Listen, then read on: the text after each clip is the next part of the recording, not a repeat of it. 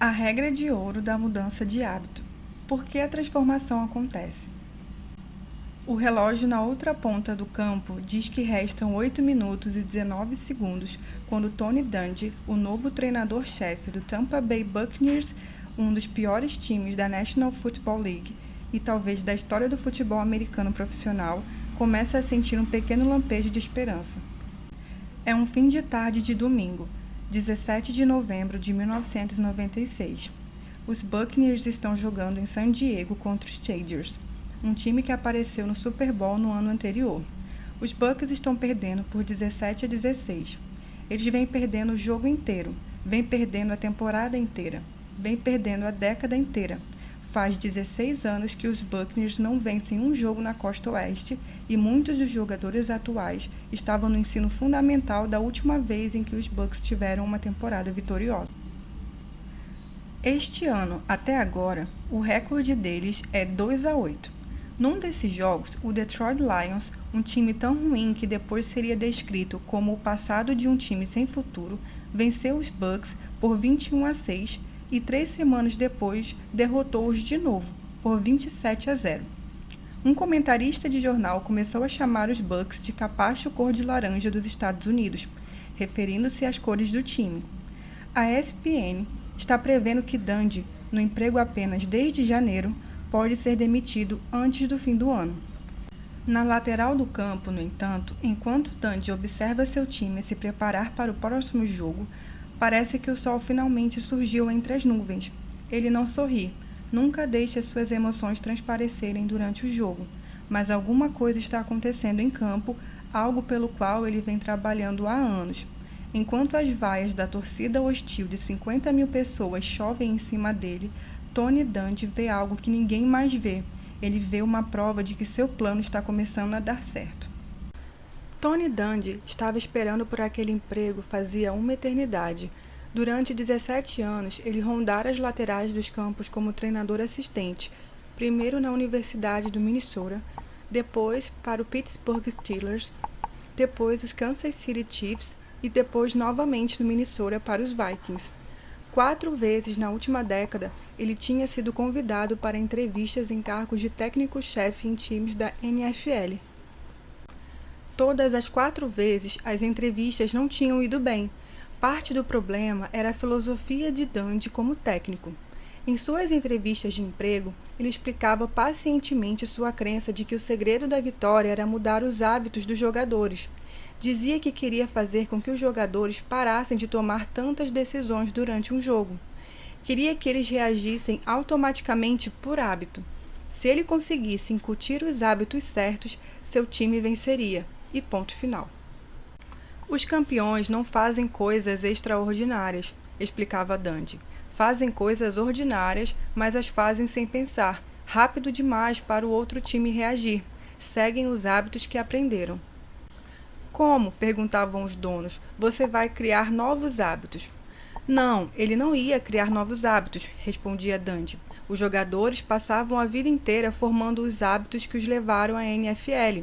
Nenhum atleta vai abandonar esses padrões só porque algum novo treinador mudou. Então, em vez de criar novos hábitos, Dungy ia mudar hábitos antigos dos jogadores. E o segredo de mudar velhos hábitos era usar o que já estava dentro da cabeça deles. Os hábitos são um loop de 3 etapas: a deixa, a rotina e a recompensa. E Dungy só queria atacar a etapa do meio, a rotina. Ele sabia por experiência que era mais fácil convencer alguém a adotar um novo comportamento se existe algo familiar no começo e no fim. Sua estratégia como técnico personificava um axioma, uma regra de ouro da mudança de hábito que, segundo mostraram estudos e mais estudos, está entre as ferramentas mais poderosas para gerar mudanças. Dungy reconheceu que nunca se pode realmente eliminar os hábitos ruins. Em vez disso, para mudar um hábito, você precisa manter a velha deixa e oferecer a velha recompensa, mas inserir uma nova rotina. Eis a regra: se você usa a mesma deixa e fornece a mesma recompensa, pode trocar a rotina e alterar o hábito. Quase todo comportamento pode ser transformado se a deixa e recompensa continuarem as mesmas. A regra de ouro já influenciou tratamentos para alcoolismo, obesidades, transtorno obsessivo-compulsivo e centenas de outros comportamentos destrutivos, e entendê-la pode ajudar qualquer pessoa a mudar seus próprios hábitos. Tentativas de parar de fazer lanches, por exemplo, muitas vezes fracassam, a não ser que haja uma nova rotina para satisfazer as velhas deixas e anseios por recompensa. Um fumante geralmente não consegue largar o vício se não encontrar alguma atividade para substituir os cigarros quando seu anseio por nicotina é deflagrado. 4 vezes, Dundee explicou sua filosofia baseada nos hábitos para dirigentes de times. 4 vezes, eles ouviram educadamente, agradeceram-no por seu tempo e depois contrataram outra pessoa. Então, em 1996, os lamentáveis Buccaneers o chamaram. Dundee viajou até Tampa Bay e mais uma vez apresentou seu plano de como eles podiam vencer. Um dia depois da entrevista final, eles lhe ofereceram um emprego. O sistema de Dundee acabaria transformando os Bucs num dos times mais vitoriosos da liga. Ele se tornaria o único treinador da história da NFL a chegar às finais em 10 anos consecutivos, o primeiro técnico afro-americano a vencer o Super Bowl e uma das figuras mais respeitadas do esporte profissional. Suas técnicas como treinador se disseminaram por toda a liga e todo o mundo dos esportes. Sua abordagem ajudaria a esclarecer como se transformam hábitos na vida de qualquer pessoa. Do seu banco de técnico, ele olha o relógio. Restam 8 minutos e 19 segundos de jogo. Os Bucs vêm perdendo o jogo inteiro e desperdiçaram uma oportunidade atrás da outra, como é típico deles. Se a defesa não fizer alguma coisa agora mesmo, este jogo estará perdido de fato. San Diego está com a bola na sua própria linha de 20 jardas e o quarterback dos Chargers, Stan Humphries, está se preparando para liderar uma investida com a qual ele espera fechar o jogo. O relógio começa a contar e Humphries está a postos para tomar a bola. Mas Dundee não está olhando para Humphries. Em vez disso, está observando seus próprios jogadores se alinharem numa formação que passaram meses aperfeiçoando. Tradicionalmente, o futebol americano é um jogo de fintas e contra-fintas, dribles e manobras falsas. Os treinadores com os livros de táticas mais volumosos e os esquemas mais complicados geralmente vencem. Dundee, no entanto, adotou a abordagem contrária. Não está interessado em complicações e artimanhas. Quando os jogadores da defesa de Dundee se alinham, fica óbvio para todo mundo qual tática exatamente eles vão usar. Dundee optou por essa abordagem porque, em tese, ele não precisa de artimanhas, apenas precisa que seu time seja mais rápido que todos os outros. No futebol americano, os milissegundos importam, por isso, em vez de ensinar a seus jogadores centenas de formações, ele ensinou-lhes apenas um punhado delas, mas a praticaram inúmeras vezes até que os comportamentos se tornassem automáticos. Quando sua estratégia funciona, seus jogadores conseguem avançar numa velocidade insuperável. Mas isso é só quando funciona. Se seus jogadores pensarem demais, hesitarem ou questionarem seus instintos, o sistema cai por terra, e até agora os jogadores de Dundee só têm feito besteira. Desta vez, no entanto, enquanto os Bucs se alinham na linha de 20 jardas, há algo de diferente. Pensemos, por exemplo, em Regan Upshaw, um defensive end dos Buccaneers que se instalou numa posição de 3 pontos na linha de scrimmage. Em vez de percorrer a linha com os olhos, tentando absorver o máximo de informação possível, Upshaw está olhando apenas para as deixas em que Dundee lhe ensinou a se focar. Primeiro ele olha de relance para o pé de fora de lineman, adversário. Seus dedos dos pés estão recuados, o que significa que ele está se preparando para bloquear enquanto o quarterback passa. Em seguida, Upshaw olha para os ombros dos linemen, voltados levemente para dentro, e o espaço entre ele e o jogador mais próximo, alguns centímetros mais estreito do que esperado. Upshaw praticou como reagir a cada uma dessas deixas tantas vezes que a essa altura ele não precisa pensar no que fazer, apenas segue seus hábitos. O quarterback do San Diego se aproxima da linha de scrimmage e olha de relance para a direita, depois para a esquerda, grita a contagem e toma a bola. Ele recua 5 passos e fica aprumado, girando a cabeça, procurando alguém livre para receber. 3 segundos se passaram desde que a jogada começou. Os olhos do estádio e as câmeras de TV estão voltados para ele. Por isso, a maior parte dos observadores não enxerga o que está acontecendo entre os Buccaneers. Assim que Humphries tomou a bola, Upshaw entrou em ação. Dentro do primeiro segundo da jogada, ele disparou para a direita, cruzando a linha de scrimmage tão rápido que o lineman do ataque não conseguiu bloqueá-lo. No segundo seguinte, Upshaw correu mais 4 passos para frente, numa velocidade estonteante. Em mais um segundo, Upshaw deu mais 3 passos largos para perto do quarterback, trajetória que o lineman do ataque não poderia ter previsto. Conforme a jogada avança para o seu quarto segundo, Humphries, o quarterback do San Diego, de repente está exposto. Ele hesita, vê Upshaw com o canto do olho, e é nesse momento que Humphries comete seu erro. Ele começa a pensar. Humphries avista alguém do seu time, um tight end novato chamado Brian Hoyer, 20 jardas mais à frente do campo. Há outro receiver do San Diego muito mais perto, agitando os braços pedindo a bola. O passe curto é a escolha segura. Em vez disso, Humphries, sob pressão, executa uma análise de fração de segundo, inclina o braço para trás e lança a bola para Hoyer.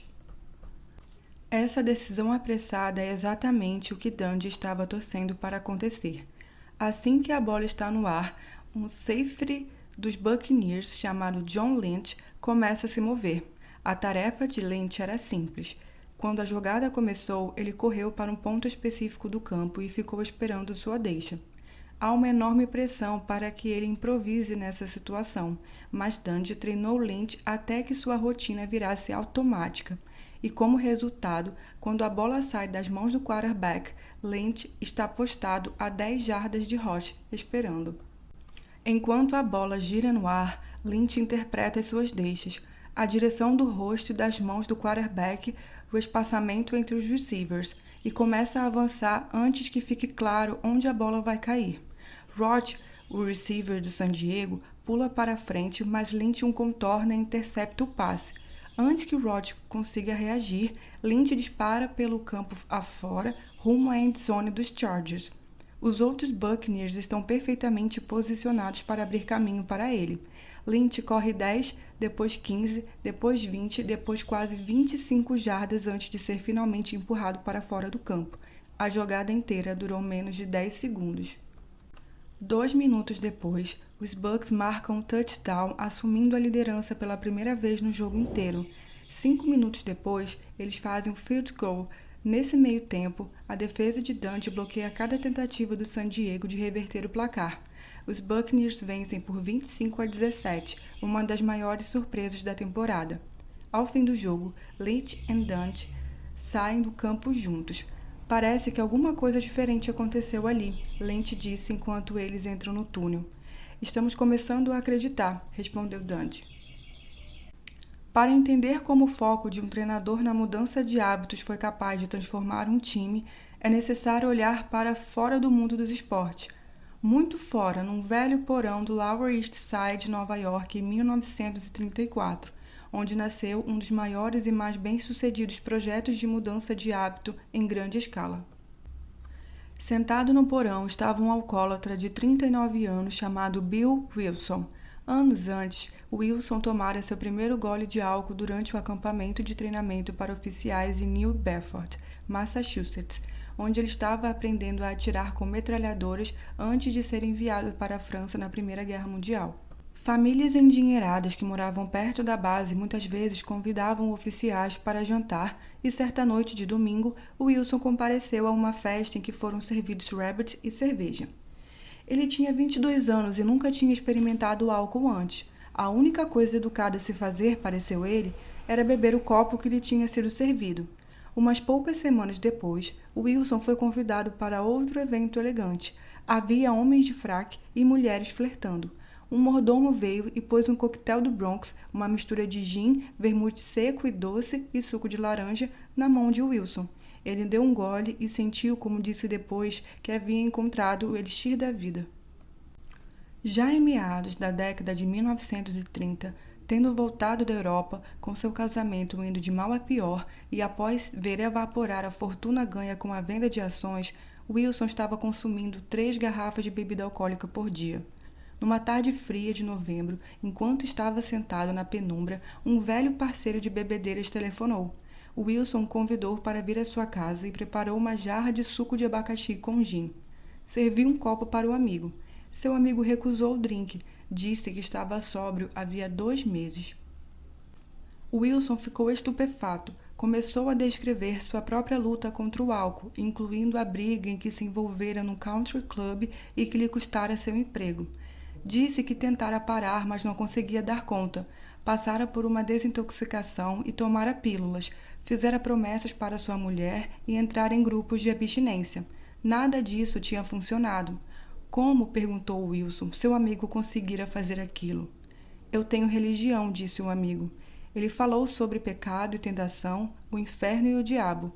Perceba que você está no fundo do poço, admita isso e disponha-se a entregar sua vida nas mãos de Deus. Wilson achou que o cara estava maluco. No verão passado era um alcoólatra pirado, agora, eu suspeitava, tinha pirado um pouco na religião. Ele escreveu depois. Quando seu amigo foi embora, Wilson tomou o resto da bebida e foi para a cama. Um mês depois, em dezembro de 1934, Wilson se internou no Charles B. Towns Hospital for Drug and Alcohol Addictions, um centro de desintoxicação de alto nível em Manhattan. Um médico começou a lhe aplicar infusões de hora em hora de uma droga alucinógena chamada Belladonna, que na época estava em voga para o tratamento do alcoolismo. Wilson perdia e recuperava a consciência no leito de seu quartinho. Então, no episódio que já foi narrado em milhões de encontros em lanchonetes, centros comunitários e porões de igreja, Wilson começou a se contorcer de agonia. Passou dias tendo alucinações. As dores da abstinência o faziam sentir como se insetos estivessem rastejando por sua pele. Ficava tão enjoado que mal conseguia se mexer, mas a dor era intensa demais para ficar parado. Se existe um Deus, que ele se mostre. Wilson gritava para seu quarto vazio. Estou disposto a fazer qualquer coisa, qualquer coisa.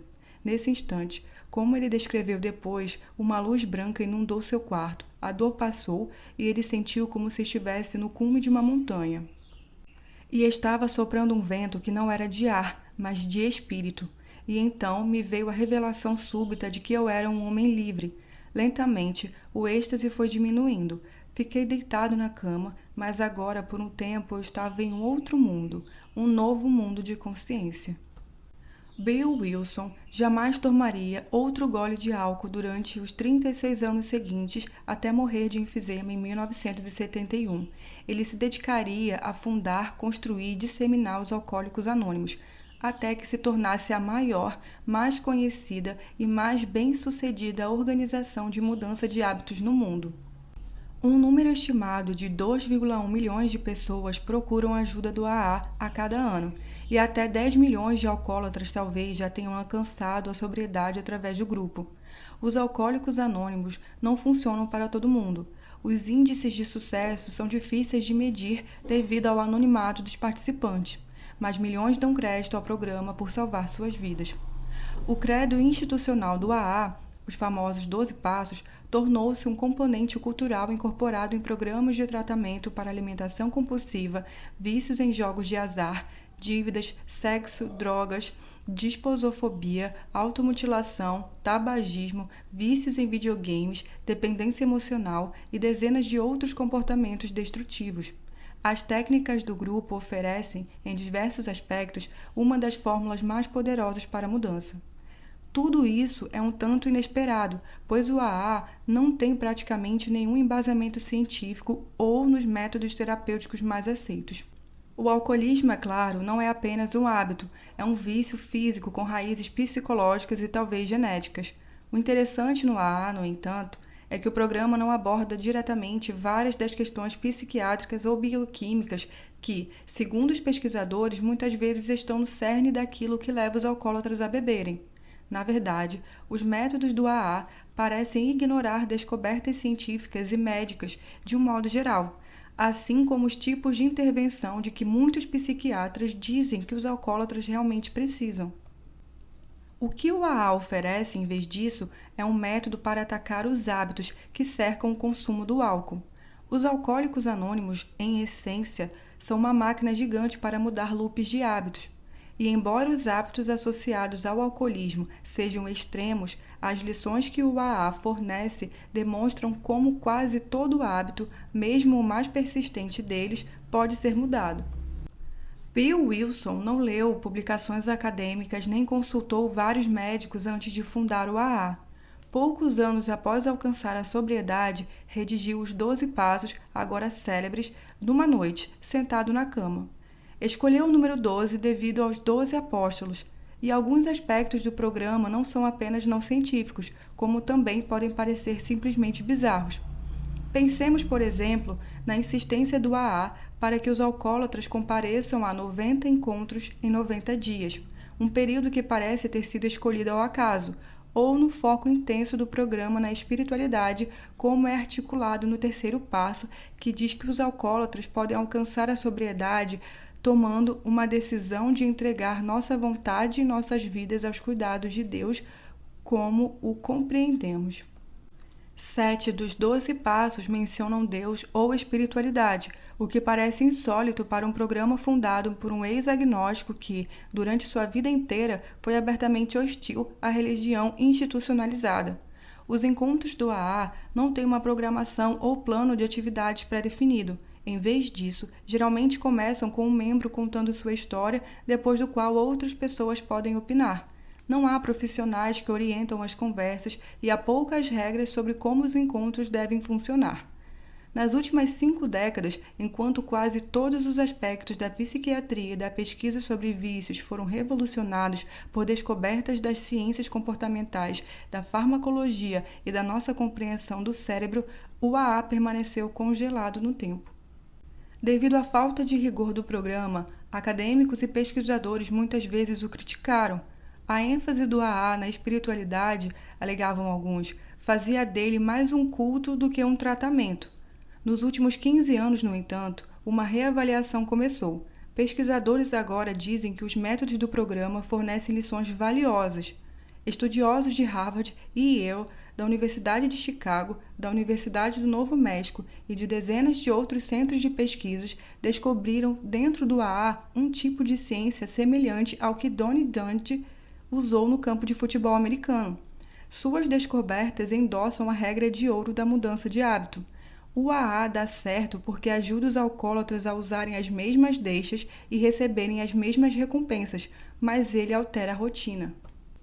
Os pesquisadores dizem que o AA funciona porque o programa obriga as pessoas a identificarem as deixas e recompensas que estimulam seus hábitos alcoólicos e depois as ajuda a encontrar novos comportamentos.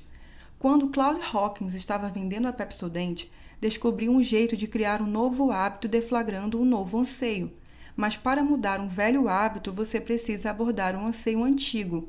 Precisa manter as mesmas deixas e recompensas de antes e alimentar o anseio inserido numa nova rotina.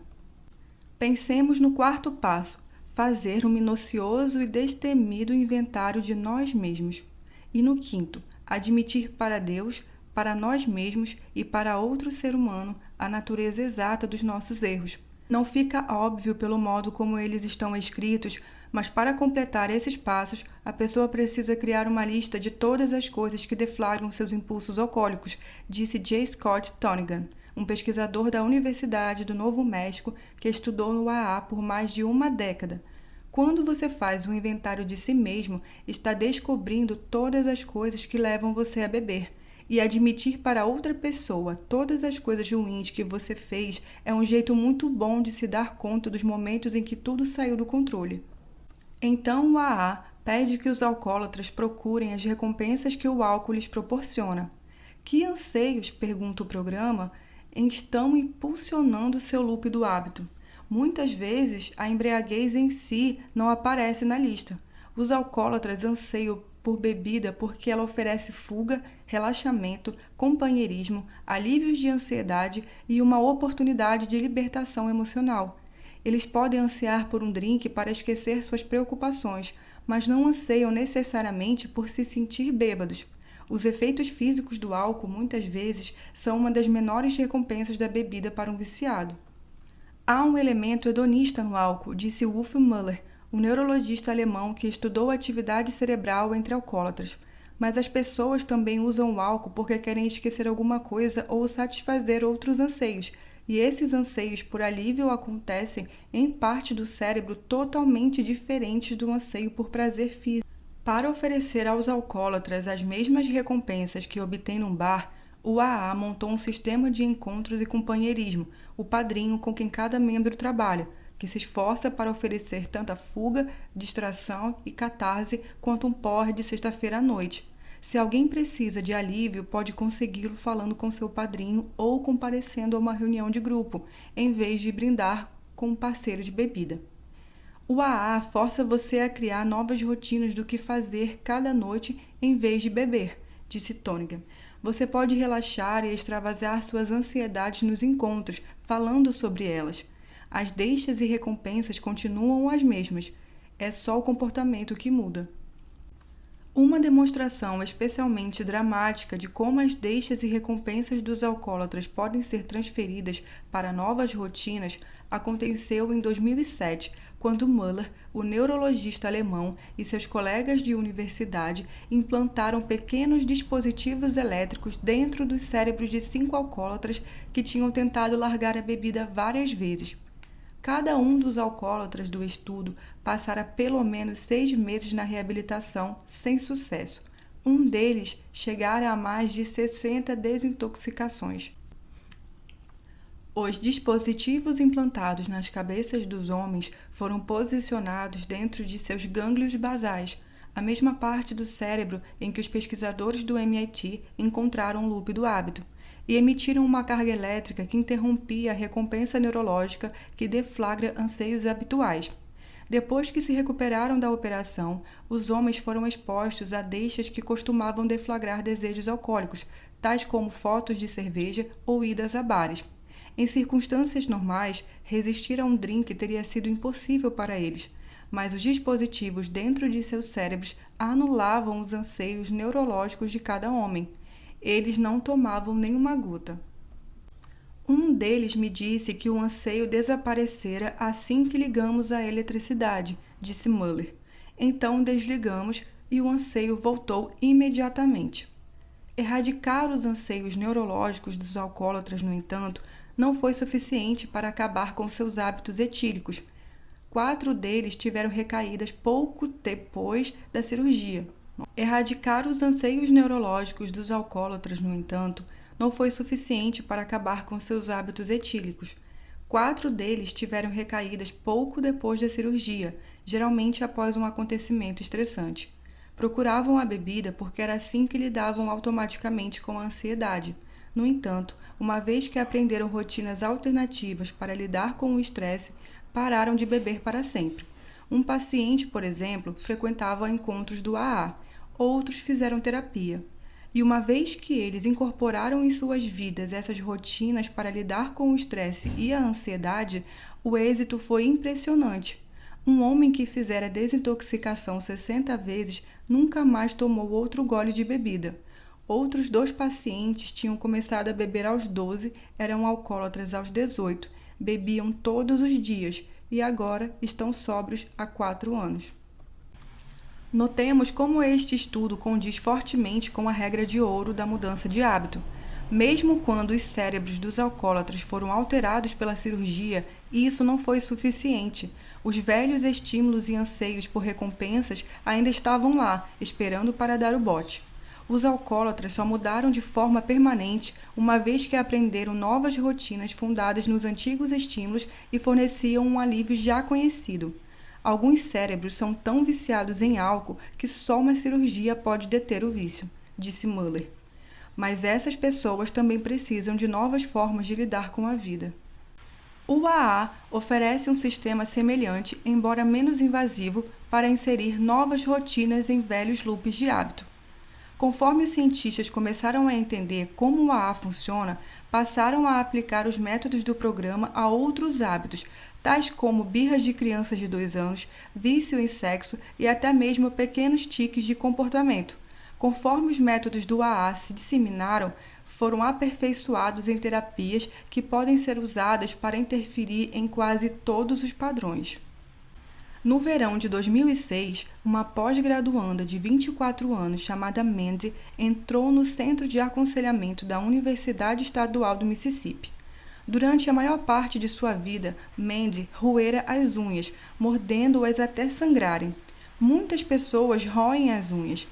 Para roedores de unhas crônicos, no entanto, esse é um problema de uma escala diferente.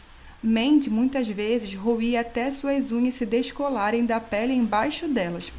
As pontas de seus dedos ficavam cobertas de pequenas crostas. Elas haviam perdido a sensibilidade sem unhas para protegê-las e às vezes ardiam ou coçavam, um indício de lesão dos nervos. O hábito de roer unhas tinha prejudicado sua vida social. Ela ficava tão constrangida na presença dos amigos que guardava as mãos nos bolsos e, quando saía em encontros, preocupava-se em fechar as mãos em punhos. Ela tentara parar pintando as unhas com esmalte de gosto ruim ou prometendo a si mesma, a partir de agora mesmo, que reuniria a força de vontade necessária para largar o hábito. Mas assim que começava a fazer a lição de casa ou assistir televisão, seus dedos iam parar na boca. O Centro de Aconselhamento encaminhou Mandy para um estudante de psicologia médica que estava analisando um tratamento conhecido como treinamento de reversão de hábito.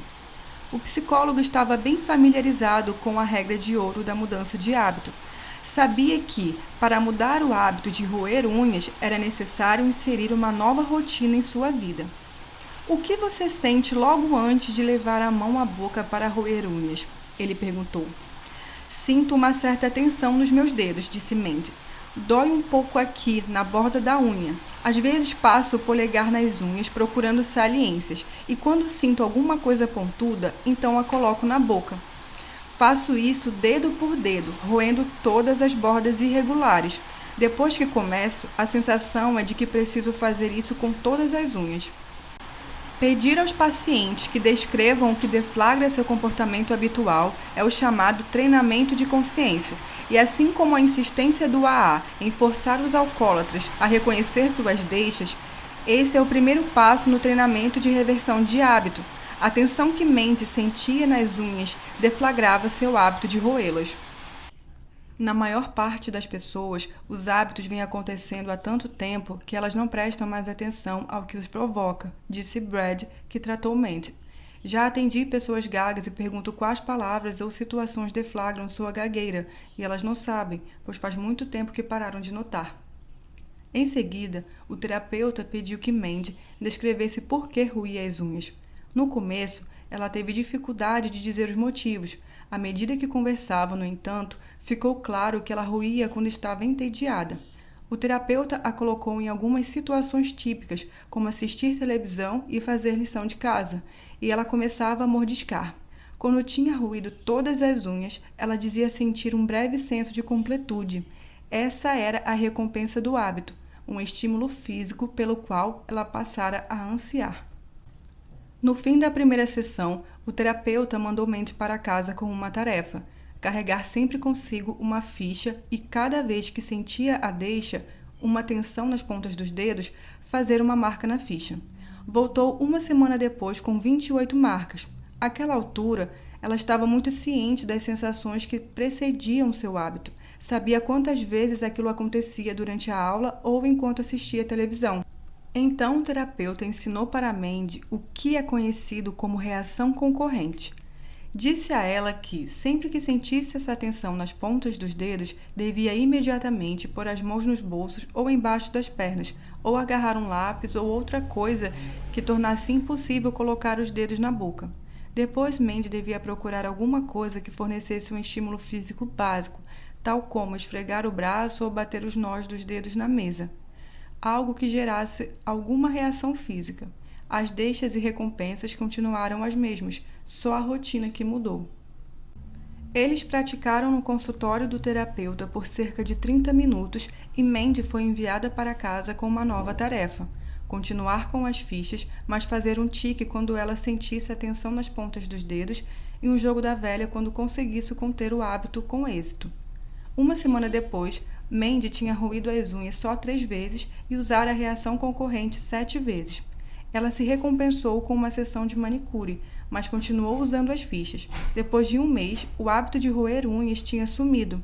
As reações concorrentes tinham se tornado automáticas. O hábito substituíra o outro. Parece ridiculamente simples, mas uma vez que você está ciente de como seu hábito funciona, que reconhece as deixas e recompensas, você está a meio caminho de mudá-lo, disse Nathan, um dos criadores do treinamento de reversão de hábito. Parece que isso deveria ser mais complexo. A verdade é que o cérebro pode ser reprogramado. Você só precisa fazer isso de forma deliberada. Hoje, a terapia da reversão é usada para tratar tiques verbais e físicos, depressão, tabagismo, problemas com jogos de azar, ansiedade, incontinência urinária, procrastinação, distúrbios obsessivo-compulsivos e outros problemas comportamentais. E suas técnicas deixam claro os princípios fundamentais dos hábitos. Muitas vezes não entendemos realmente os anseios que impelem nossos comportamentos enquanto não procuramos por eles. Mandy nunca se dera conta de que um anseio por um estímulo físico estava causando seu hábito de roer unhas, mas, uma vez que dissecou o hábito, tornou-se fácil achar uma nova rotina que fornecia a mesma recompensa. Digamos que você quer parar de comer fora de hora no trabalho. A recompensa que está buscando é satisfazer sua fome ou é interromper o tédio? Se você lancha para ter uma breve libertação, pode facilmente encontrar outra rotina, tal como fazer uma caminhada rápida ou se dar 3 minutos na internet, que proporcione a mesma interrupção sem alargar sua cintura. Se você quer parar de fumar, pergunte a si mesmo: você faz isso porque ama a nicotina ou porque isso proporciona um estímulo rápido, uma estrutura para o seu dia, um jeito de socializar? Se você fuma porque precisa de estímulo, estudos indicam que um pouco de cafeína à tarde pode aumentar suas chances de largar o cigarro. Mais de 30 estudos de ex-fumantes descobriram que identificar as deixas e recompensas que eles associam aos cigarros e então escolher novas rotinas que forneçam compensações parecidas, um nicorete, uma rápida série de flexões de braços ou simplesmente tirar uns poucos minutos para se alongar e relaxar, aumenta a probabilidade de eles pararem. Se você identificar as deixas e recompensas, pode alterar a rotina, pelo menos na maior parte das vezes. Para alguns hábitos, no entanto, há outro ingrediente necessário: fé. Eis os 6 motivos pelos quais todo mundo acha que não podemos vencer. Dundee disse aos seus Buccaneers depois de virar treinador-chefe em 1996. Faltavam meses para a temporada começar e todo mundo estava sentado no vestiário. Dundee começou a listar as teorias que todos tinham lido nos jornais ou ouvido no rádio. A administração do time era confusa, o novo técnico não tinha sido testado, os jogadores eram mimados, a cidade não se importava com o time, jogadores cruciais estavam machucados, eles não tinham o talento de que se precisavam. Estes são os supostos motivos, disse Dundee. Agora eis um fato: ninguém vai trabalhar mais que nós. Dundee explicou que sua estratégia era mudar os comportamentos do time até que o desempenho deles se tornasse automático. Não acreditava que os Buccaneers precisassem do livro de táticas mais grosso. Não achava que tinham que memorizar centenas de formações. Só tinham que aprender umas poucas jogadas essenciais e acertá-las todas as vezes. No entanto, é difícil atingir a perfeição no futebol americano. Em toda jogada do futebol, em toda jogada, alguém faz uma besteira, disse Herm Edwards, um dos treinadores assistentes de Dundee em Tampa Bay. Na maior parte das vezes não é físico, é mental. Os jogadores fazem besteira quando começam a pensar demais ou questionar suas jogadas. O que Dundee queria era tirar do jogo deles todas essas tomadas de decisão. E para fazer isso, precisava que eles reconhecessem seus hábitos existentes e aceitassem novas rotinas. Ele começou observando o modo como o time já jogava. Vamos trabalhar no esquema, Dundee gritou certo dia no treino matinal. Número 55, qual é a sua instrução? Estou observando o running back e o guard, disse Derrick Brooks, um outside linebacker. O que precisamente você está olhando? Onde estão seus olhos? Estou olhando o movimento do guard, disse Brooks. Estou observando as pernas e os quadris do quarterback depois que ele pega a bola. E estou procurando espaços na linha para ver se eles vão passar e se o quarterback vai jogar para o meu lado ou para longe. No futebol americano, essas deixas visuais são conhecidas como chaves e consideradas essenciais para qualquer jogada. A inovação de Dundee foi usar essas chaves como deixas para hábitos retrabalhados. Ele sabia que, às vezes, Brooks hesitava por um instante longo demais no começo de uma jogada. Havia tantas coisas para ele pensar. Será que o guarde vai sair da formação? O pé do running back indica que ele está se preparando para uma jogada de correr ou de passar, que às vezes ele ficava mais lento. O objetivo de Dundee era libertar a mente de Brooks de toda essa análise.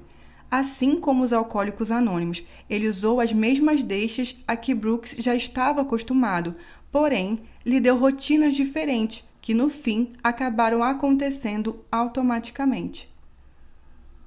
Quero que você use as mesmas chaves, Dundee disse a Brooks, mas primeiro foque apenas no running back.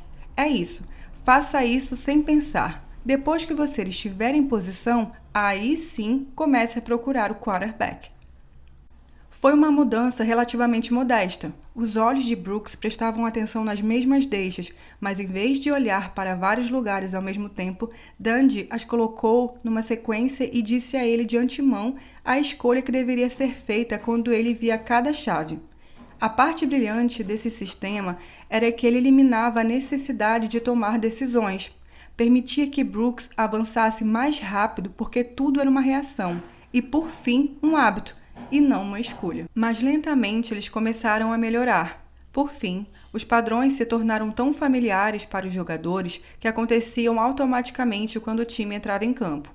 Na segunda temporada de Dundee como treinador, os Bucks venceram seus primeiros 5 jogos e foram para as finais pela primeira vez em 15 anos. Em 1999, eles venceram o campeonato da divisão. O estilo de Dundee como treinador começou a chamar a atenção do país inteiro. A mídia esportiva se apaixonou por sua postura de voz baixa, sua devoção religiosa e a importância que ele dava para o equilíbrio entre trabalho e família. Reportagens de jornal contavam como ele levava os filhos Harry e Jamie ao estádio para que pudessem conviver durante os treinos. Os filhos faziam a lição de casa na sala dele e buscavam toalhas nos vestiários. Parecia que, finalmente, o sucesso tinha chegado. Em 2000, os Bucks chegaram às finais outra vez e depois novamente em 2001. Os fãs agora lotavam o estádio toda semana.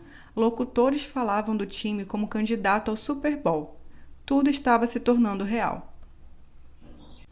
Mas quando os Bucks se tornavam uma potência, um problema perturbador surgiu. Geralmente, jogavam jogos rígidos, disciplinados.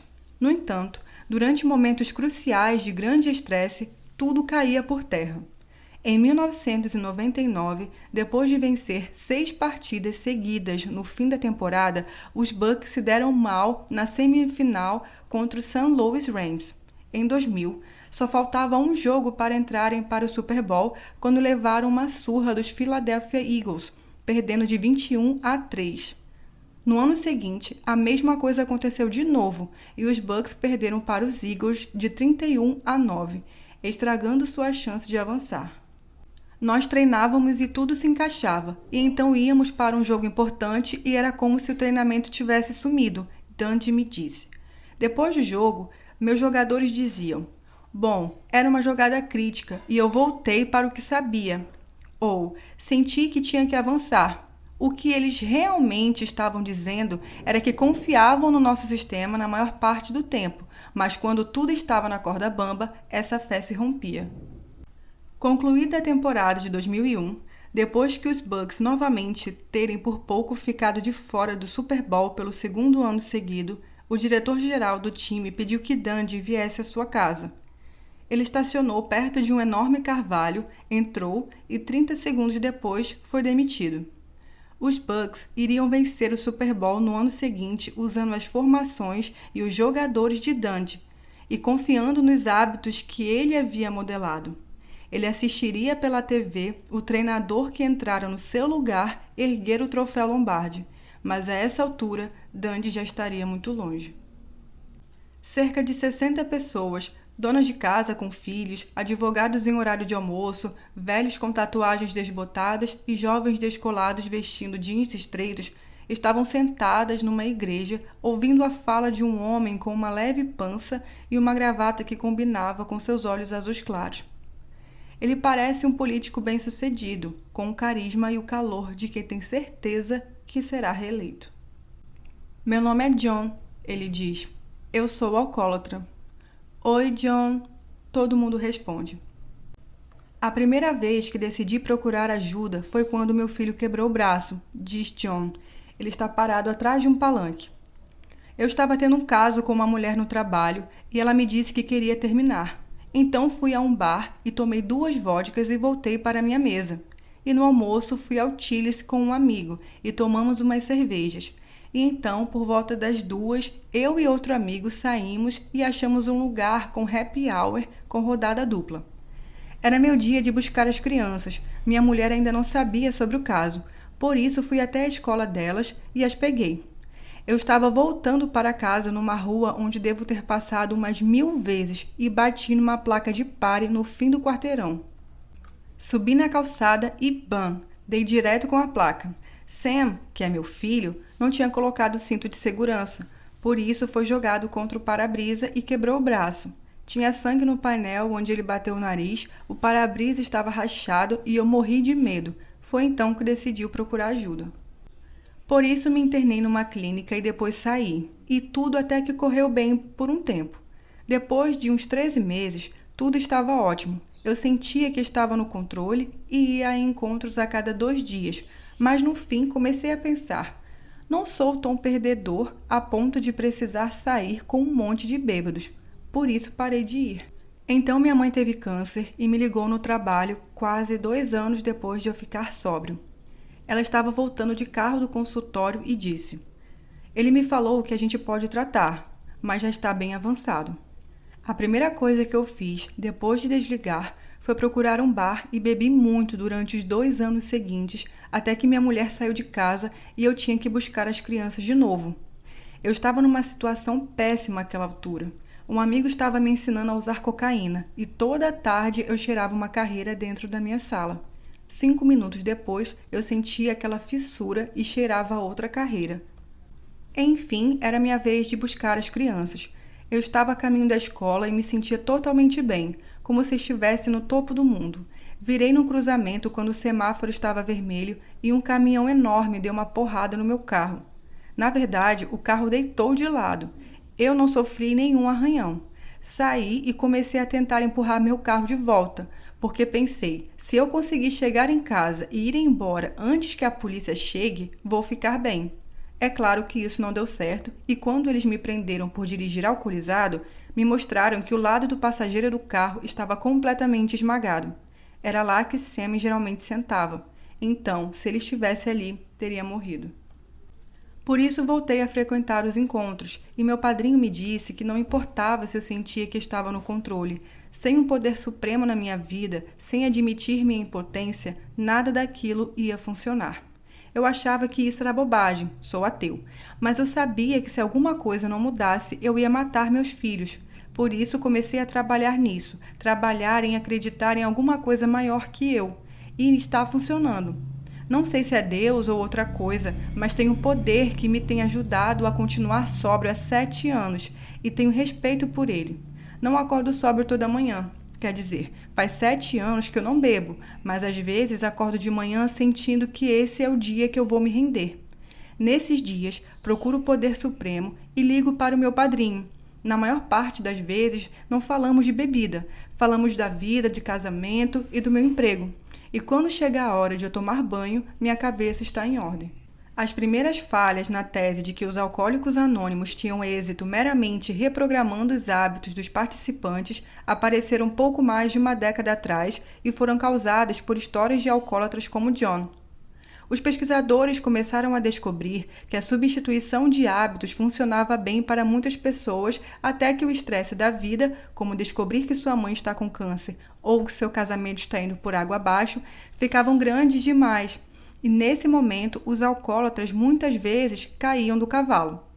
Os acadêmicos se perguntaram por que, se a substituição de hábitos é tão eficaz, ela parecia falhar em momentos tão críticos. E conforme vasculhavam as histórias dos alcoólatras para responder a essa pergunta, eles descobriram que os hábitos substitutos só se tornam novos comportamentos duráveis quando são acompanhados por mais alguma coisa. Um grupo de pesquisadores do Grupo de Estudos sobre o Álcool, na Califórnia, por exemplo, notou um padrão nas entrevistas. Inúmeras vezes, os alcoólatras diziam a mesma coisa.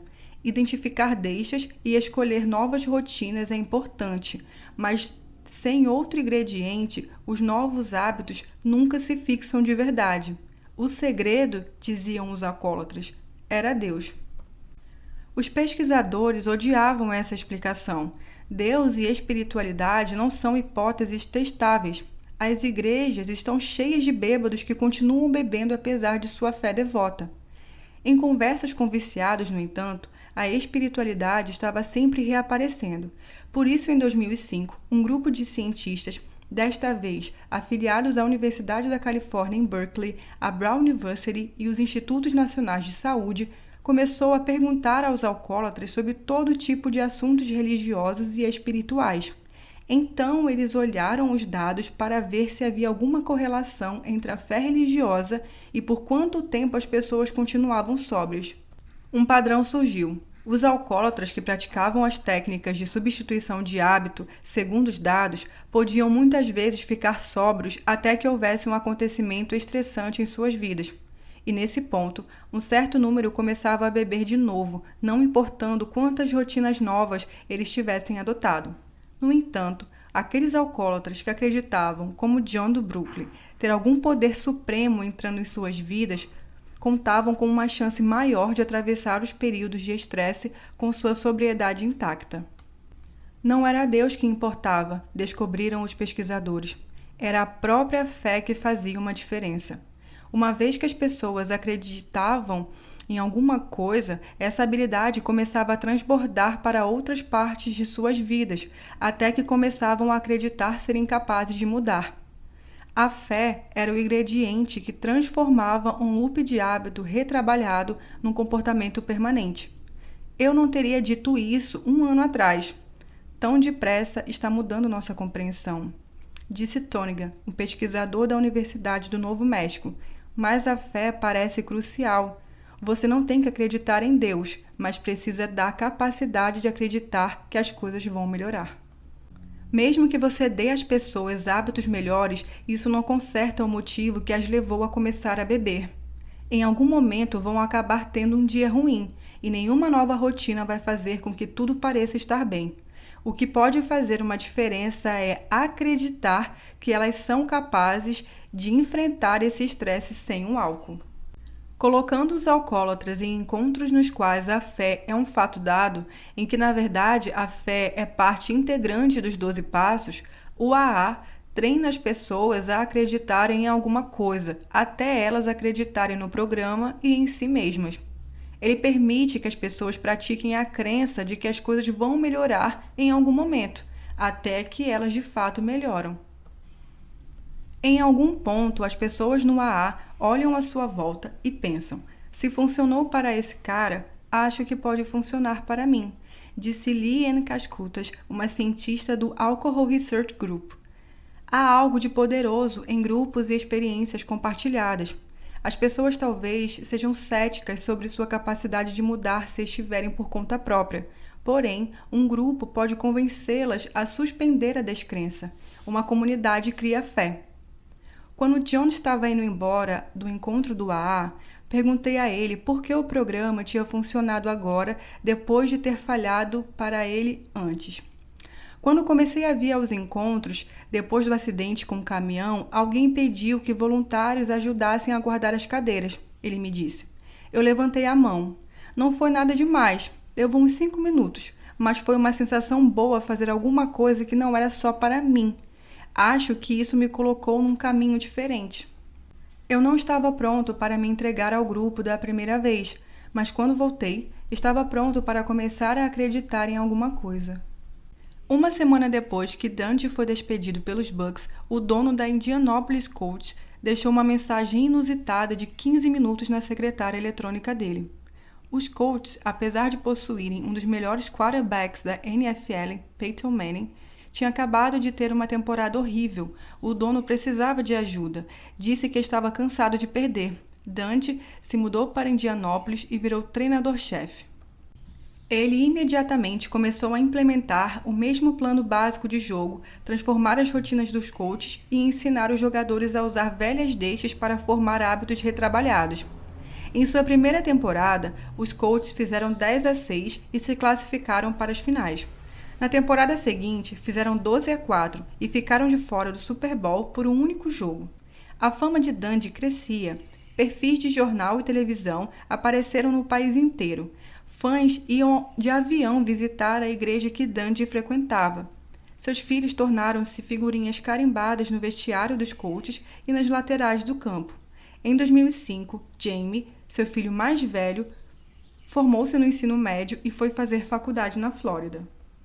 Enquanto o sucesso de Dundee crescia, no entanto, os mesmos padrões perturbadores surgiam. Os Colts jogavam uma temporada de futebol disciplinado, vitorioso e depois morriam na praia sob a pressão das finais.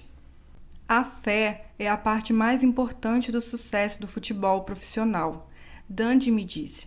O time queria acreditar, mas quando as coisas ficavam realmente tensas, voltavam para suas zonas de conforto e seus velhos hábitos. Os Colts terminaram a temporada de 2005 com 14 vitórias e 2 derrotas, o melhor resultado da sua história. Então aconteceu uma tragédia. 3 dias antes do Natal, o telefone de Tony Dundee tocou no meio da noite. Sua mulher atendeu e lhe passou o fone, achando que era um dos jogadores. Havia uma enfermeira na linha. Ela disse que Jamie, o filho de Dundee, tinha sido levado ao hospital mais cedo naquela noite com ferimentos de compressão no pescoço. Sua namorada o achara pendurado em seu apartamento com um cinto em volta do pescoço. Os paramédicos os haviam conduzido às pressas ao hospital, mas os esforços de ressuscitação não tiveram êxito. Ele morrera. Um capelão pegou um voo para passar o Natal com a família. A vida nunca mais vai ser a mesma, o capelão lhe disse. Mas vocês não vão sentir para sempre o que estão sentindo agora. Uns poucos dias depois do enterro, Dundee voltou para o banco de treinador. Ele precisava de algo para se distrair e sua mulher e seu time o incentivaram a voltar a trabalhar. Fui dominado pelo amor e apoio deles, escreveu mais tarde. Como grupo, sempre tínhamos nos apoiado em momentos difíceis. Eu precisava deles agora mais do que nunca. O time perdeu seu primeiro jogo nas finais, encerrando sua temporada. Mas no período logo após eles observarem Dundee durante sua tragédia, alguma coisa mudou, me disse um de seus jogadores daquela época. Tínhamos visto o treinador passar por aquela coisa terrível e todos queríamos ajudá-lo de algum jeito. É simplista ou até mesmo insolente sugerir que a morte de um rapaz possa surtir um impacto em jogos de futebol. Dundee sempre disse que nada é mais importante para ele do que sua família. Mas depois que Jamie faleceu, conforme os Colts começavam a se preparar para a temporada seguinte, alguma coisa mudou, dizem seus jogadores. O time rendeu-se à visão de Dundee de como o futebol deveria ser jogado, de um modo que não fizeram antes. Eles começaram a acreditar. Eu passava várias temporadas anteriores preocupado com meu contrato e salário, disse um jogador que, como outros, falou desse período sob a condição de anonimato. Quando o treinador voltou, depois do enterro, queria lhe dar tudo o que podia, acabar com a dor dele. Eu meio que me entreguei para o time. Alguns homens gostam de abraçar os outros, me disse outro jogador. Eu não gosto. Faz uma década que não abraço meus filhos. Mas depois que o treinador voltou, fui até ele e dei o abraço mais longo que pude, porque queria que ele soubesse que eu estava ali para ele. Depois da morte do filho de Dundee, o time começou a jogar de um jeito diferente. Uma convicção sobre a força da estratégia de Dundee surgiu entre os jogadores. Nos treinos que o levaram ao começo da temporada de 2006, os coaches jogaram um futebol rigoroso, preciso. A maioria dos times de futebol americano não são times de verdade, são só caras que trabalham juntos, me disse um terceiro jogador daquele período. Mas nós viramos um time. A sensação era incrível. O treinador era faísca, mas a coisa ia além dele. Depois que ele voltou, a sensação era de que realmente acreditávamos uns nos outros, como se soubéssemos jogar juntos de um jeito que não sabíamos antes. Para os coaches, uma fé no seu time, na tática de Dundee e em sua capacidade de vencer, começou a brotar a partir da tragédia, mas em tantos outros casos, uma fé semelhante pode surgir sem nenhum tipo de adversidade. Num estudo de 1994 de Harvard, que examinou pessoas que tinham mudado suas vidas radicalmente, por exemplo, os pesquisadores descobriram que algumas delas tinham reformulado seus hábitos depois de uma tragédia pessoal, como um divórcio ou uma doença com risco de morte. Outros mudaram depois de ver um amigo passar por algo horrível, do mesmo modo que os jogadores de Dundee o viram lutar. Em tantas outras situações, no entanto, não houve uma tragédia que precedesse as transformações das pessoas. Em vez disso, elas mudavam porque estavam inseridas em grupos sociais que facilitavam a mudança. Uma mulher disse que sua vida inteira mudou quando ela se inscreveu numa aula de psicologia e encontrou um grupo maravilhoso. Aquilo abriu uma caixa de Pandora, a mulher disse aos pesquisadores. Eu não podia mais tolerar o status quo. Tinha mudado o meu íntimo. Outro homem disse que encontrou novos amigos entre os quais podia praticar ser uma pessoa sociável. Quando de fato me esforço para superar minha timidez, sinto que não sou eu quem está agindo, mas sim outra pessoa, ele disse. Mas praticando com o seu novo grupo, aquilo parou de parecer um fingimento. Ele começou a acreditar que não era tímido e então, em certo momento, ele não era mais. Quando as pessoas se juntam a grupos em que a mudança parece possível, o potencial para que ela ocorra se torna mais real. Para a maior parte das pessoas que conseguem pôr sua vida em ordem, não há momentos cruciais de desastres que mudam tudo. Há apenas comunidades, às vezes de uma única outra pessoa, que tornam possível acreditar na mudança.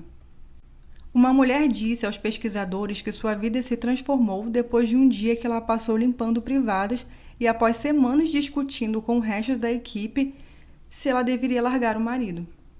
A mudança acontece entre outras pessoas, me disse Todd Hatterton, um dos psicólogos envolvidos no estudo. Parece real quando podemos ver isso nos olhos dos outros.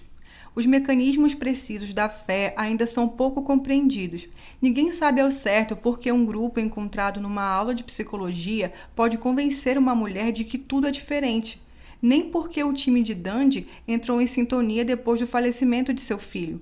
Muitas pessoas falam com os amigos sobre casamentos infelizes e jamais deixam seus cônjuges. Muitos times veem seus treinadores passarem por adversidades e nunca se unem. Porém, sabemos que, para os hábitos mudarem de forma permanente, as pessoas precisam acreditar que a mudança é fatível. O mesmo processo que torna o AA tão eficaz, o poder de um grupo de ensinar indivíduos a acreditar, acontece sempre que as pessoas se juntam para se ajudar mutuamente a mudar. A fé é mais fácil quando acontece dentro de uma comunidade. 10 meses depois da morte de Jamie, a temporada de 2006 começou. Os coaches jogaram um futebol sem igual, vencendo seus primeiros 9 jogos e terminando o ano com 12-4. Venceram o primeiro jogo nas finais e depois derrotaram os Baltimore Ravens na disputa pelo título da divisão. Àquela altura, eles estavam a apenas um passo do Super Bowl jogando pela semifinal, o jogo que Dundee perdera 8 vezes antes. O confronto aconteceu em 21 de janeiro de 2007 contra os New England Patriots, o mesmo time que 2 vezes já podara as aspirações dos coaches ao Super Bowl. Os Colts tiveram um começo de jogo forte, mas antes do fim do primeiro tempo começaram a vacilar. Os jogadores estavam com medo de cometer erros ou tão ansiosos para superar o último obstáculo rumo ao Super Bowl que perderam a noção de onde deveriam estar se focando. Eles pararam de confiar nos seus hábitos e começaram a pensar demais. Derrubadas mal feitas levavam à perda da bola. Uma das posses de Peyton Manning foi interceptado e voltou para o touchdown. Os adversários, os Patriots, dispararam na frente por 21-3. Nenhum time da história do NFL jamais superara um déficit tão grande numa semifinal. O time de Dundee novamente ia perder. No intervalo, o time entrou em fila no vestiário e Dundee pediu que todo mundo se juntasse. O barulho do estádio vinha filtrado pelas portas fechadas, mas lá dentro todo mundo estava em silêncio. Dundee olhou para os jogadores. Disse que eles tinham que acreditar. Enfrentamos essa mesma situação contra esse mesmo time em 2003. Dundee disse a eles: naquele jogo tinham chegado a uma jarda da vitória. Uma única jarda. Preparem-se suas espadas, porque desta vez nós vamos ganhar. É o nosso jogo, é a nossa vez. Os Colts saíram no segundo tempo e começaram a jogar como em cada jogo anterior. Começaram focados em suas deixas e hábitos. Executaram cuidadosamente as jogadas que tinham passado os últimos 5 anos praticando até que tornassem automáticas. Seu ataque, na investida de abertura, venceu 76 jardas ao longo de 14 jogadas e marcou o touchdown. Então, 3 minutos depois de se apoderar da bola outra vez, eles marcaram de novo. Quando o último quarto do jogo chegava ao fim, os times alternaram o placar. Os Colts empataram, mas nunca conseguiram passar na frente.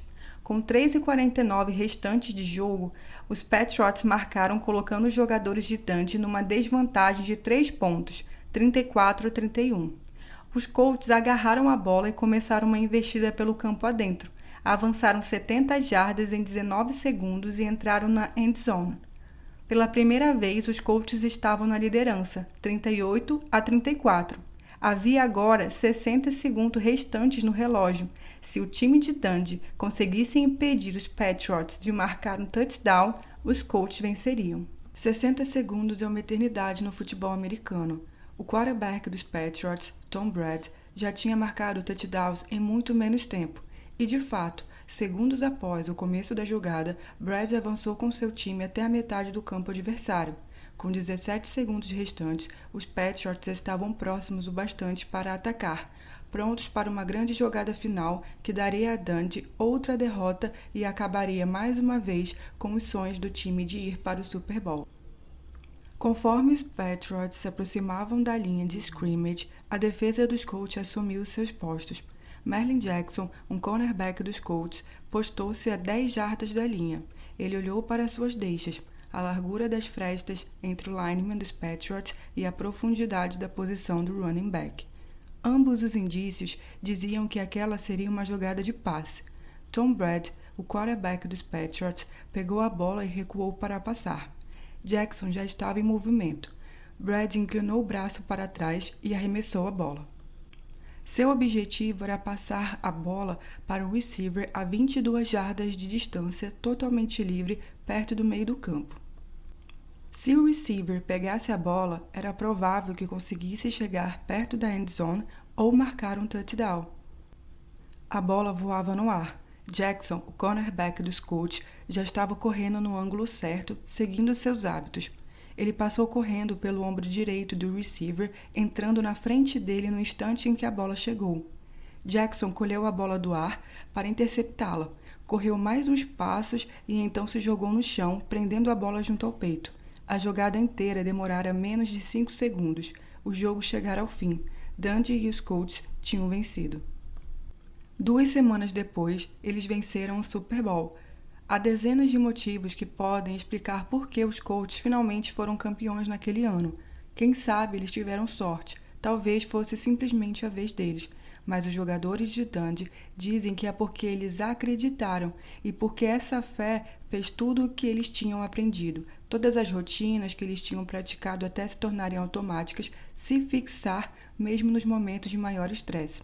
Estamos orgulhosos de ter vencido esse campeonato para o nosso líder, o treinador Dundee. Peyton Manning disse para a plateia depois, segurando o troféu Lombardi. Dundee virou-se para sua mulher. Conseguimos, ele disse. Como os hábitos mudam? Não há, infelizmente, nenhuma série específica de passos que funcione de forma infalível para qualquer pessoa.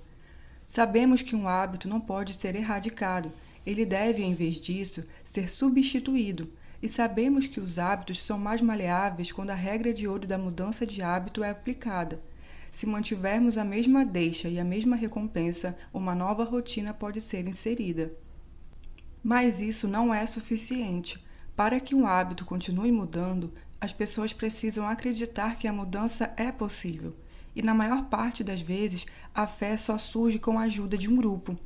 Se você quer parar de fumar, descubra uma rotina diferente que vá satisfazer os anseios preenchidos pelo cigarro. Então, encontre um grupo de apoio, uma reunião de ex-fumantes ou uma comunidade que vai ajudar você a acreditar que pode ficar longe da nicotina e use esse grupo quando sentir que talvez você tenha uma recaída. Se você quer perder peso, estude seus hábitos para descobrir por que você realmente sai da mesa do trabalho para fazer um lanche todo dia. E então encontre outra pessoa para dar um passeio com você, para bater papo na mesa dela e não na lanchonete. Um grupo que acompanhe junto metas de perda de peso, ou alguém que também queira manter por perto um estoque de maçãs e não de batata chips. A evidência é clara. Se você quer mudar um hábito, precisa encontrar uma rotina alternativa e suas chances de sucesso aumentam drasticamente quando você se compromete a mudar como parte de um grupo. A fé é essencial e cresce a partir de uma experiência comunitária, mesmo que essa comunidade possua apenas 2 pessoas. Sabemos que a mudança pode acontecer. Alcoólatras podem parar de beber, fumantes podem largar os cigarros. Eternos perdedores podem virar campeões. Você pode parar de roer as unhas ou de fazer lanche no trabalho, de gritar com seus filhos, de passar a noite acordado ou de se atormentar com pequenas preocupações. E como descobriram os cientistas, não são apenas as vidas individuais que podem ser mudadas quando alguém dedica atenção aos hábitos. São também empresas, organizações e comunidades, como explicam os próximos capítulos. 1. Quarterback, linebacker, running back, safety e etc. são posições de jogadores no futebol americano. 2. A linha que separa os hábitos dos vícios muitas vezes é difícil de medir. Por exemplo, a Sociedade Americana de Medicina de Adição define vício como um distúrbio primário e crônico de recompensa cerebral, motivação, memória e circuitos relacionados. O vício é caracterizado por uma debilitação de controle comportamental, anseios, incapacidade de abster-se de forma consistente e diminuição dos relacionamentos. Segundo essa definição, observam alguns pesquisadores, é difícil determinar por que gastar $50 por semana em cocaína é ruim, mas gastar $50 por semana em café não é um problema. Alguém que anseia por um cappuccino toda tarde pode parecer clinicamente viciado para um observador que considere que pagar $5 por um café demonstra uma debilitação de controle comportamental. Uma pessoa que prefere correr a tomar café da manhã com os filhos é viciada em exercícios? Em geral, dizem muitos pesquisadores, enquanto o vício é complicado e muito mal compreendido, diversos dos comportamentos que associamos a ele muitas vezes são impulsionados por hábitos. Algumas substâncias, tais como drogas, cigarros ou álcool, podem causar dependência física, mas esses anseios físicos muitas vezes podem desaparecer rapidamente depois que o uso é interrompido. Um vício físico em nicotina, por exemplo, dura apenas enquanto a substância química está na corrente sanguínea do fumante, cerca de 100 horas depois do último cigarro. Muitos dos desejos persistentes que consideramos como acessos de vício em nicotina, na verdade, são hábitos comportamentais afirmando-se. Ansiamos por um cigarro no café da manhã um mês depois, não porque precisamos dele fisicamente, mas porque lembramos a sensação agradável que ele costumava proporcionar toda manhã. Foi mostrado em estudos clínicos que atacar os comportamentos que consideramos vícios modificando os hábitos relacionados a eles é um dos métodos de tratamento mais eficazes. Embora valha notar que algumas substâncias químicas, como os opiáceos, podem causar vícios físicos duradouros, e alguns estudos indicam que um pequeno número de pessoas parece predisposto a procurar substâncias viciantes a despeito de intervenções comportamentais. O número de substâncias que causam vícios físicos de longo prazo, no entanto, é relativamente pequeno, e estima-se que o número de viciados predispostos seja muito menor do que o número de alcoólatras e viciados que procuram ajuda. É importante notar que, embora o processo de mudança de hábito seja fácil de descrever, nem por isso ele é necessariamente fácil de realizar. É simples insinuar que tabagismo, alcoolismo, alimentação compulsiva ou outros padrões arraigados possam ser revertidos sem um esforço real. A mudança legítima exige esforço e autocompreensão dos anseios que impelem os comportamentos. Mudar qualquer hábito exige determinação. Ninguém vai parar de fumar simplesmente porque desenhou um esboço do loop do hábito. No entanto, entendendo os mecanismos dos hábitos, fazemos descobertas que tornam os novos comportamentos mais fáceis de dominar. Qualquer pessoa lutando com um vício ou comportamento destrutivo pode se beneficiar da ajuda de diversas fontes, incluindo terapeutas treinados, médicos, assistentes sociais e mentores religiosos. Mesmo profissionais dessas áreas, no entanto, concordam que a maioria dos alcoólatras, fumantes e outras pessoas lutando com comportamentos problemáticos param por si próprias, longe de circunstâncias formais de tratamento. Boa parte das vezes, essas mudanças são realizadas porque as pessoas examinam deixas, anseios e recompensas que impulsionam seus comportamentos e então acham meios de substituir suas rotinas autodestrutivas por alternativas mais saudáveis, mesmo se elas não estiverem totalmente cientes do que estão fazendo nesse momento. Entender as deixas e os anseios que impulsionam seus hábitos não vai fazer com que eles desapareçam de repente, mas vai lhe fornecer um meio de planejar como mudar o padrão.